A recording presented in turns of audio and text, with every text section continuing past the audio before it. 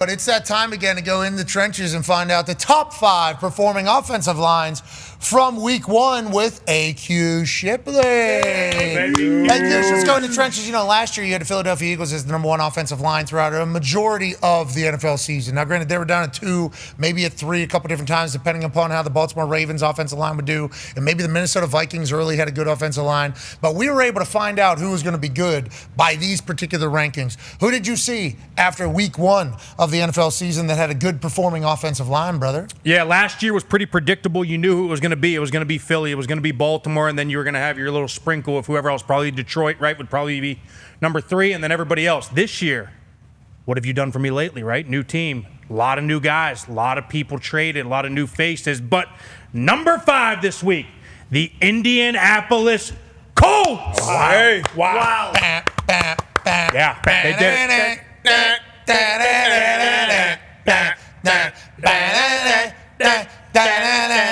We were never on this last year.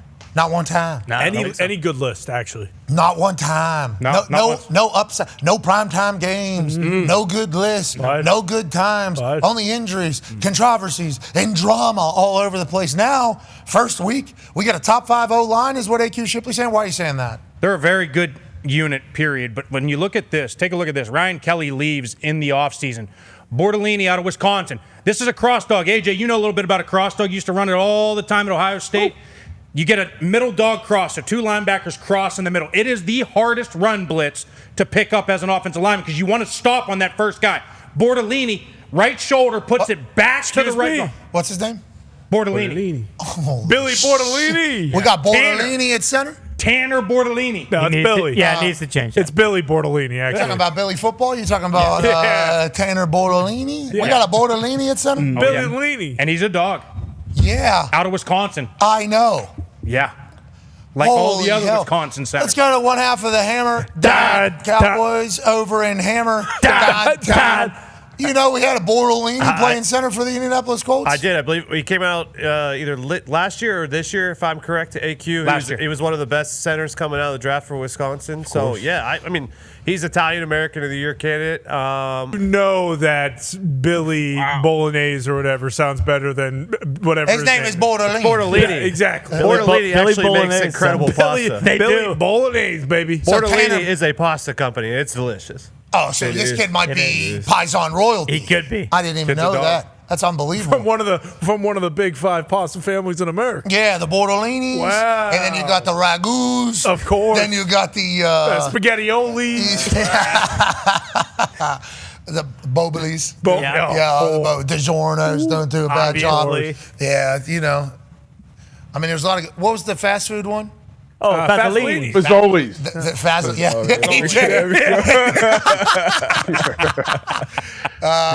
I had no idea we had a Paisan at center. No wonder the vibes were so high. I mean, unbelievable. This guy brought the gabagool before the game, and the boys went crazy. Now, Nico Mozzarella came from West Virginia. We need to keep him in the ball game. Mozzarella needs to be behind Bortolini, it sounds like. So, Bortolini, we'd certainly take your services at West Virginia if you would like to go back in time and play for the Mountaineers. We would certainly appreciate that. Love Italians down there in Morgantown in West Virginia. There's a kid named Scotty Fox that we didn't see at all in that game against Ohio. He's from Ohio. He had a 60-yard touchdown as soon as he got the ball in the first game. So I like Nico Mozzarella. Yeah. Okay, I love Nico. He's unbelievable. He looks the part. Then we had Jalen in there out of Texas A&M. He didn't look like he was, on that particular day ready to go. But we didn't even see Scotty Fox. It's like, he's from Ohio. You think he didn't have something to say to the Bobcats? I think he would have. It didn't matter with Parker Navarro. It didn't. I agree. Is Navarro a Paisan? Nah. Navarroni? Navarro might be a Might have been Paisan. initially. Yeah. Let's go back to Bortolini and the boys, please. Indianapolis Colts, top 5 offensive line. That's what I just heard from In the Trenches, AQ Shipley. I absolutely love this. Cross dog, he picks it up. The guy who's supposed to keep his eyes and his attention isn't able to do it. He scoops over, bang, Jonathan Taylor picks up quick 15, quick 12, and runs somebody over. Love that. Who's number 4 offensive line from week 1? The Jacksonville Jaguars come in at number 4 this week. Liam Cohen and Stoner down there. Yeah, Liam Cohen did a great job. And let me tell you something. They had 200 yards rushing this week. 200 yards rushing, 0 sacks allowed, lowest pressure rate of any offensive line in the National Football League. Right here, We're just going to run a simple zone play. Watch the offensive line just wash and create a wall. Brenton Strange, Penn State product, comes back, cuts off, little jump cut, set up his block, 71 yards right here. End of the second quarter. This was a big game changer going into half. Jacksonville Jaguars able to run the rock. Liam Cohen, obviously he's an offensive guru. Every good offensive guy seemingly has a good run game as well and blocking scheme. AQ, is that what we learned here from Liam Cohen day one with the Jags? Absolutely, and he spent some time with Sean McVay out with the LA Rams, so he learned very quickly the run game is a major part of having a successful offense. What do you think it takes to have a successful team? Sorry, D, but AQ said something off air that I would like him to repeat here. Good play callers and play designer is a massive ordeal, huh? The biggest thing whenever you are setting up your game plan on Monday is getting the formations to match up, right? That's the biggest thing. So you can't just sit there and be disconnected between your run game coordinator and your pass game, because when you do that, now you're running pass plays out of certain formations that may not match up with the run game formations that you're doing in the run game. So when you do this, the good coordinators will go to the run game coordinator and say, okay, here's the deal. I want to run this, and this out of these formations, make it match up in the run game. And so that's what the good coordinators do. Yeah, Liam, last year, I don't know if you remember the years previous with Tampa Bay, their run game was terrible. And he brought that Tampa Bay Bucks run game all the way back to like top 5 in the league last year. So good to see this. And ETN, a lot of people are writing him off this year. Yeah. So for him to start the season off like this right after this game, all right, we can trade Tank over to Philly. And a big part of that, I'm sure, was because of the performance of one. Well, yeah, that's what I mean. Like, Etienne was a shell of himself. And now he's not. Name? Travis Etienne. Okay. Etienne, whatever. But this is the team that they envisioned in January. So, like, that's that's what they wanted to do, was be able to run the football and take a little pressure off Trevor. And I don't know, AQ, maybe you tell me, is this something that can go on forever? Shad Khan believes so. Yeah. Just curious. Yep, it can go on forever. Okay, who's the number 3 ranked offensive line around the NFL after week 1 of the NFL season? Coming in at number 3, the Washington Commanders. Wow, they got a little power over there now. Okay, got some big boys up there. Speaking of good play callers, Cliff Kingsbury is doing it again. He set up this play all game long. Notice the orbit motion. Deebo Samuel's going to come in orbit. That is when you go across and then come back behind the quarterback.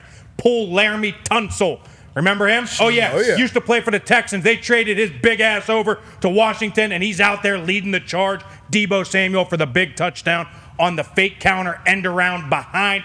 Also steal +1 with the running back getting out in space. AJ, look at Laramie Tunsil down there. Look at Laramie Tunsil, number 78. Go back to the beginning just so we can watch this. What year is this for him?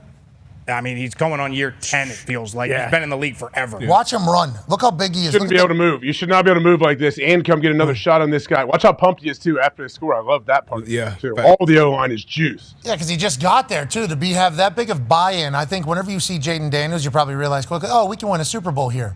And then they got Laramie Tunsil pulling and moving like that week 1. I mean, they're going to have his ass in motion. They're going to do the Trent. Oh, yeah. With Laramie, I assume Cliff Kingsbury's going to do a little bit of that. That's special right there. They told me Debo was fat and washed. No, he's Who said that? He won orbit. He did an orbit motion. He ran more than everybody else. He looked good. He did about 5 orbit motions because early in the game they were doing that and they were just using him as a decoy and running counter the other way. So again, setting it up all game long and then come back to that. Is that McCaffrey getting that block on the edge, too? Is that McCaffrey coming down, number 11, getting that nice block on the edge? Luke? Yeah, 11. I think so. Yeah. It's a key block right there. Oh, that's good. Look at Tyler Biadasz out in front, the center all the way down there, too. Yeah, he's first one in, last one out, launch pail guy. Lunch pail guy, coach's kid. He'll stick his face in the fan. Literally, right here, he'll stick his face in the fan if he had to. That's Carter, too, right? Yeah, Abdul's 51. Yeah. He has a little bit of a blind side. Now, on that note, with what you said about Debo, wasn't that you guys on the internet saying Debo was fat? Look, I wasn't saying that he was fat, but there were videos of him running routes where people were quote tweeting it and said, "Geez, Louise, more like Fatso Samuel this year." And I said, "No, that's not the case. That's nowhere near Debo." Exactly. It ends in O. It's like that's not even clever. Wild Bill Krosky Merritt, however, for this team, the Commanders social team, they're going to make a run at it now. Okay, we're talking about Chargers, Panthers, exactly. Commanders. Add in the Commanders because they did the throwback "I'm just a Bill" video. I don't know if you remember that when they're teaching you like conjunction, junction. Schoolhouse Rock. Schoolhouse Rock, that's what it's called. What's your function? One of them's about the Bill of Rights, I think, and the song's I'm Just a Bill. It's like one of those things, and I think it was more our generation where you hear it and you go back to where you were. Yeah. And they used it for Wild Bill, Krosky Merritt. And I think the Commanders are going to have a hell of a year. I like what they did there. Good pull. I appreciate It was genius. Anytime there's thought behind things, I respect It was a good video. Yeah, if it's good internet, I like it. Yeah. With that being said, he's saying the offensive line is a real deal. I forgot about the Laramie Tunsil move until right now whenever I saw him 20 yards down the field pushing a guy out of bounds, celebrating at whatever age he is, at whatever size he is. And remember, we know his lungs are better than everybody else on the field. And maybe everybody else in the history of lungs, you know? His reaction to that video that I saw was no reaction that I've ever seen before with anybody using that device. Yep. Okay? That thing is that cleans up. That's a clean-up hitter right there. Yeah. That is everybody's going down with that thing. And he just sat in the pocket, took that thing off. Couple of those. Yeah. Called Chuck Pagano. Draft that guy. Okay? That is a special talent right there. I know you don't know this world as well as I do, for sure. I know that device very well. I've seen many a men go down. Very good athletes in very good shape. Lance Armstrong might not be able to take that thing as good as this guy. And what does he become? Literally a pillar in the NFL. This guy's a stud. The signs were there. They were. The signs were there. Instead of everybody looking at it as a negative, I immediately was like,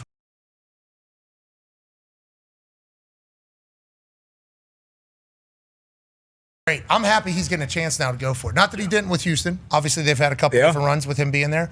But it looks like he's pumped to be at the Commanders. And the way this whole thing started, unfair, I love him. I love Laramie Tunsil. And they just drafted the kid from Oregon, Connerly Connerly. Jr. So for Yeah. him to be able to, starting his career, starting at right tackle, to be able to learn under Tunsil right when you get there too. Commanders, I'll tell you what. Why not? Yeah. Let's go to the number 2 ranked offensive line out of week 1. The number 2 offensive line from week 1 is the Buffalo Bills. The Bills obviously doing their thing. Go on, Bills. All right, so I went away from what I normally do and normally have a run game on, but I went pass game, right? I went pass protection here, and the reason why I did it, it starts with that quarterback, that alien that we spoke about earlier today. You see what he's doing right there? Everybody see how his hands are over his head? He's signaling Hands, cover not really. 0. No, It's okay. a Pruder A film. little grainy, but you see it. He's up there. He's going like this, 0, 0, 0. He's telling everybody 0, 0, 0. Here, let's pause it real quick. Go back. And if we go back to this, you'll see tight end. Tight end also saw it. He's out, right? So you see Kincaid right there? He's out probably 3 yards wider right there. And when he's 3 yards wider and he signals 0, now that's telling him, hey, you come in and block. So they moved him in. So now he's in line. Now here's what they're going to do. They're going to send from Kincaid over all the way to the left. They make a Liz call. You have to be an absolute stud at quarterback to see this, call it, and execute it, right? So he says 0, 0, 0, sends Liz, everybody over there. Now he's going to send the back 26, Tyler Johnson, over to the right. Pick up Kyle Hamilton. Boom. Now he's just sitting there pretty. All you got is one-on-one on the back end. Dart, winner, chicken dinner a couple plays later. Matt Prater, the 70-year-old kicker, comes in and nails the game winner. All of those things are happening, obviously, after the play has been called. This is all happening just from Josh Allen seeing this. So we're motioning in Dalton Kincaid. We're changing play. Running back, you're coming over here. Keon Coleman, you got no safety over the top. You are in a beautiful spot right now. That's all happening in that moment. Josh Allen has to calculate it, see it, execute, and communicate it. Rewind right to the beginning of this back mode, too. Go to the behind. Is he patting his chest or his ribs? Right Tell here. me, See, what's he doing? now look at Josh Allen here. Watch this. Watch his left hand here. See him right there? That little signal right there? That's to Keon Coleman to run the slant. Hey, that's pretty good shit there out of Josh Allen. It feels like a lot of dissecting of information and then regurgitating it in the biggest moment. Right? Yeah, prepare for the biggest moment as a DB, Jair. There, when you going 0, you got to protect your inside. Easier said than done, but you have to protect the inside because you don't have any help from any deep safety. So when you are a DB and it's a cover 0, the worst thing for you to do, for you to see pre-snap is a quarterback. Okay, he's checking his back. All right, Kincaid, you know what? You're out of route progression. He got us. He got us. So now you better cover your ass. But, I mean, protecting that inside is big time. The little subtle, signal right there. All the great ones do it. So this is big time execution and obviously a huge moment in this ball game. Guy's an alien. Yeah. And the pocket was huge. Listen, when you hear cover 0, a lot of times, like even as an offensive lineman, your antennas go up and you start to panic, right? So like everybody oversets and jumps out of there. Everyone stayed calm. Everyone just kind of set straight back, and let everything come to him. It was so well executed. Everybody has to be on the same page there, obviously. Everybody. Literally All 11. everybody. That's 24. unbelievable stuff. That's tough. If you go back that tight again, the only thing, because we can always send one more than they can block. But like when 24 right here, the rookie, Malachi Starks, when you're kind of in that area about 10 yards off of Kincaid, that's his guy. Once he becomes a blocker, if you're not adding on to that pressure, which you probably still wouldn't get there, and you're not helping and being in the passing window, like you're basically in no man's land. Just like to play with J.C. Horn, you're basically covering grass in a high leverage moment when we're sending pressure. So that really becomes the difference, because if we all get mugged up there like you see Flores do a bunch of times and everybody just goes, we can always send one more, then they can account for it. But when you just have someone floating out there, you're helping out the offense. But it takes a big-time quarterback to see that, understand that he has it protected, and then make an accurate throw. 2 safeties down to the same side always tells you it's cover 0. Yep. Okay, Always. I love that little bit of a tell. And your number 1 offensive line coming out of week 1 wasn't the Buffalo Bills. Again, doing something a little different. I never put a loser in my top 5 last week. This week, the Baltimore Ravens are the number 1 offensive Number line. 1? They lost. Why'd you do this? I get it, Q. They ran for a lot of y'all. Yeah, but you put Carolina Panthers on everything. I They know. be good D, bad D. On good D side, even though they lost. What Is this happened? a new thing? What Is this a happened? new thing? Is the game gone? I mean, they ran. The game is gone. The tape doesn't lie, guys. And at the end of the day, I'm not sitting there judging running backs and fumbling late in the game. Again, we can all point to that or whatever. Who other did mistakes. that to him? Ed Oliver. Where's he at? There was literally, he was blocked on that play, gets off and then Derrick Henry tries to make a play, backs up a little bit, Listen. has the ball a little loose. Okay, cool. I'm a Baltimore Ravens supporter. Call me Butter. Sure. Okay? I am Baltimore Ravens supporter. So this is not about the Baltimore Ravens. I assume their offensive line is certainly deserving of this honor. This is strictly this is the first time we did this year, and the number 1 team is a losing team To the number to the 2. number 2 team. The score was 40-25 with less than 7 minutes left. Baltimore over Buffalo. Let's not forget how well they played. Let's All not right, forget listen. how good their running game I'm was. saying we put a loser at number 1, week 1. I don't know if that's what we need to start the entire season. I don't. Is this in the trenches? then? Joining us now, ladies and gentlemen, is first ballot Hall of Famer whenever he's eligible. Now he's calling games on Sundays. Ladies and gentlemen, I'll get his thoughts on this. I'm excited to hear it. The third member of the Houston Texans Bull Ring of Honor, ladies and gentlemen, JJ Watt. JJ, we're going through the rankings of the offensive line here, and the number 1 offensive line coming out of week 1 is on a losing team. We never had that in the years past. What are your thoughts on that early? And obviously, the Baltimore Ravens offensive line is good. They were number 1 last year a lot. Yeah. I'm not saying they're not and all that, but what type of precedent do you think this sets, JJ? AQ's in off-season mode. He's knocking some rust off. He's getting comfortable. He's figuring it out. He's figuring it out. He didn't know that this was going to turn into just an AQ roast session of everybody questioning his rankings. The Baltimore Ravens played great. The Baltimore Ravens offensive line played great. Okay. I don't disagree with the fact that they were a top-notch offensive line. Okay. But he knew what he was doing. He's creating some headlines here. Oh. He knew. You think he's trolling right now? He baited Pat. Part of the problem. He baited me? All right, so here's a stat for you guys, okay? Okay, he didn't bait us. is what he said. Indianapolis Colts, if we take the Baltimore Ravens out of this, had the most 10-plus runs from week 1. 5, okay? How are they 5? Okay, let's go. Let's now go to the Baltimore Ravens, the team that I put first. We're not talking 10-plus runs. We're not talking 20-plus runs. They had 4 30-plus runs. Okay, all right, 30-plus yards. All right, yeah, that's a long way. Derrick Henry on a safety, out in space. That's exactly you what you want did to your do. job for the first 5 of those. O-line does their job for the first 5 of those yards, and then Derrick Henry takes it over from there. Let's show some tape. Do you have any tape that maybe you can? Yeah, we got great tape. So you tell me if this is any good, boys, and we'll go back. I might need you guys to hop in on the old tagline if you guys remember. I got you. Okay, Yeah. cool. So we got 3 tight ends in the game. One of them serves as a fullback. We're getting a simple zone. His responsibility is that DB off 47 right there, right? So the fullback is going to go take him. We're going 3 for 3. Tyler Voorhees. Linderbaum. Boom! What is that, boys? Big, gaping hole. What do you do there? Nice. What do you do there? That is nice. And here's what I love about it. By having the fullback in the backfield, Pause. and this is what we talk about all the time. No fullback in the backfield. Every offensive line is out leveraged. If we go back with the fullback in the backfield, now the single works back to a linebacker. Now the backside combo works back to a linebacker instead of being out leveraged the whole way across the front. No, Ricard too, right?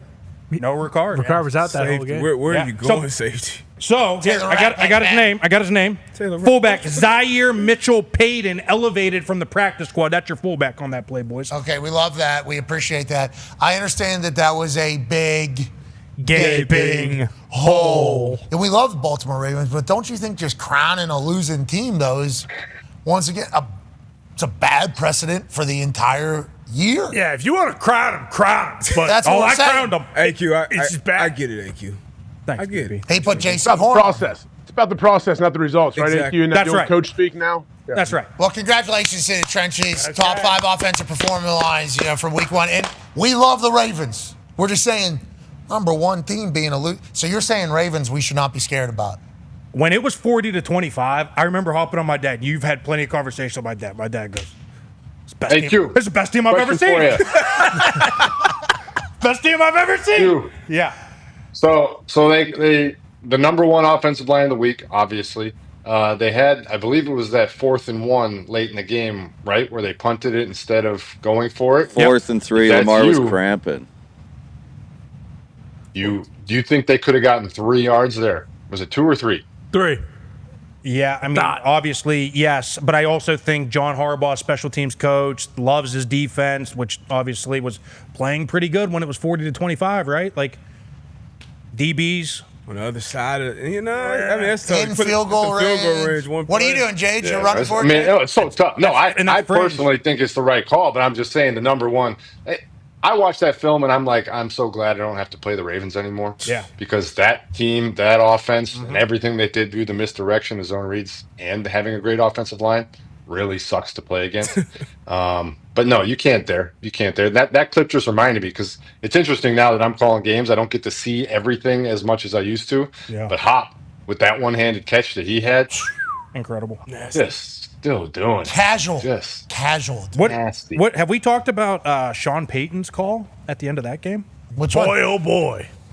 That was insane. We have not. Oh. That game had a few calls. So he has the ball at, what was it, the 40? Probably the 40-45 opponents of Tennessee's. Going in. Going in. They're up 8, and it's a minute left. Minute 5. And instead of punting to put it down or try a field goal, which obviously if you miss a field goal, you give him, I think, goes for it and tries to throw it and gives Cam Ward the ball back down 8 with a minute at the 42-yard. Well, that's an aggressive start. And it wasn't like a hitch. Like, hey, drop the ball or miss. I mean, it was a Bo Nix deep shot, moon ball to Marvin Mims, and Marvin Mims just didn't get there. Okay, so we'll keep an eye out for that against the Colts because he does that, we're going to punish him. Yeah. Anytime he's going to punish him.